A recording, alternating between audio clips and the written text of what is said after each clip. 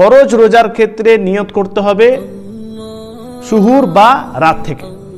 কেউ যদি ফজরের আজান হয়ে গেল, তারপরে দেখছে যে আমি আজান হয়ে গেছে, উঠতে পারিনি, আর রোজার নিয়ত তখন থেকে করে নিলাম আর রোজা হয়ে যাবে, হবে না।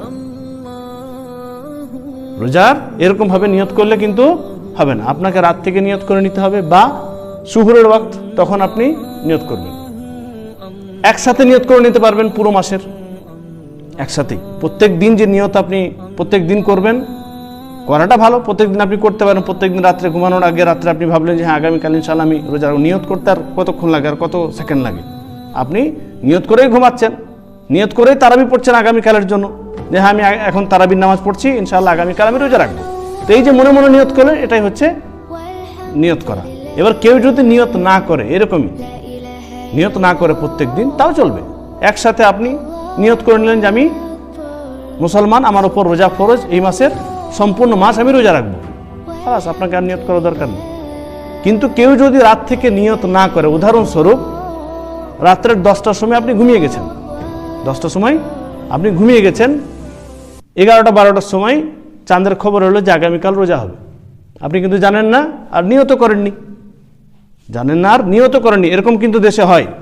এই দেশে আলহামদুলিল্লাহ খুব তাড়াতাড়ির মধ্যে চাঁদের খবর পাওয়া যায়, কিন্তু আমাদের দেশে মাঝে মাঝে এরকম হয় যে রাত 12টার পর খবর এসছে যে আগামীকাল রোজা হবে। তো আপনি রাত থেকে নিয়ত করলেন না, আর ঘুম থেকে উঠেছেন কখন? ফজর আজান দিয়েছে, তারপরে আপনার অ্যালার্ম, তখন আপনারা উঠেছেন পুরো পরিবার, আপনি কিন্তু রাত থেকে নিয়ত করলেন না। সবাই উঠে দেখছেন যে সবাই জানার পরে ফজর আগে উঠে সুহুর গ্রহণ করেছে, নিয়ত করেছে এবং রোজা রেখেছে, আর আপনি উঠেছেন আজানের পর। তো সেদিন আপনি যদি রোজা কিভাবে রাখবেন? নিয়ত তো করেননি। রাত থেকে নিয়ত করা হচ্ছে শর্ত। যদি কেউ নিয়ত না করে, এই অবস্থায় পৌঁছে যায়, তাহলে সেদিনের রোজা কিন্তু তার হবে না। ফজরের আগে থেকেই তাকে নিয়ত করতে হবে। এটাই হচ্ছে ফরজ রোজার ক্ষেত্রে জরুরি। এ সম্পর্কে দুটো হাদিস শোনাই। আবু দাউদের হাদিস একটি, আর একটি নাসাইতে রয়েছে।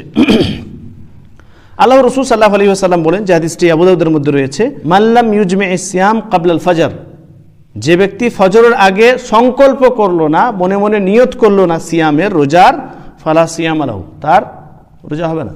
নাসাইয়ের মধ্যে যে হাদিসটি রয়েছে, সেখানে আল্লাহ রাসূল সাল্লাল্লাহু আলাইহি ওয়াসাল্লাম বলেন, দুটোই একই হাদিস, শব্দের একটু পার্থক্য। আবু দাউদে যে হাদিসটি রয়েছে সেটা ইউজমে, আর নাসাইতে যে হাদিসটি রয়েছে সেটা হচ্ছে মাল্লাম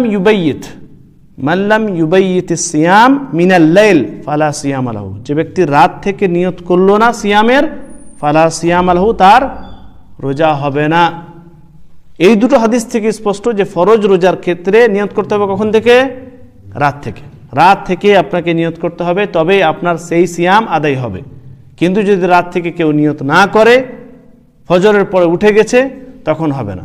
কিন্তু আপনি রাত্রে নিয়ত করে নিয়েছেন, বা পুরো মাসের রোজার নিয়ত আপনি একসাথে প্রথম রোজাতেই করে নিয়েছেন, এবং তৃতীয়, চতুর্থ বা কোনো এক রোজার সুহুরের টাইমে আপনি উঠতে পারেননি, ফজরের টাইমে আপনি উঠতে পারেননি, ফজর আগে উঠে যে কিছু খাবেন, ভাত খাবেন, রুটি খাবেন, যাই খাবেন, সে সময় আপনি উঠতে পারেননি, সুহুর গ্রহণ করেননি, তো আপনি যে নিয়ত করেছেন সেই নিয়তটাই যথেষ্ট। সুহুর গ্রহণ করা, ফজরের পূর্বে কিছু খাওয়া, এটা জরুরি না, অবশ্যই এটা সুন্নাত, ভালো আমল। এমনকি রাসূল সাল্লাল্লাহু আলাইহি ওয়াসাল্লামের বিভিন্ন হাদিস রয়েছে, সেগুলো আমি পরে বলছি। কিন্তু এই টাইমে আপনি উঠে বা রাত থেকে যদি নিয়ত না করেন, মানে ফজরের পূর্বে, তাহলে কিন্তু আপনার সিয়াম হবে না।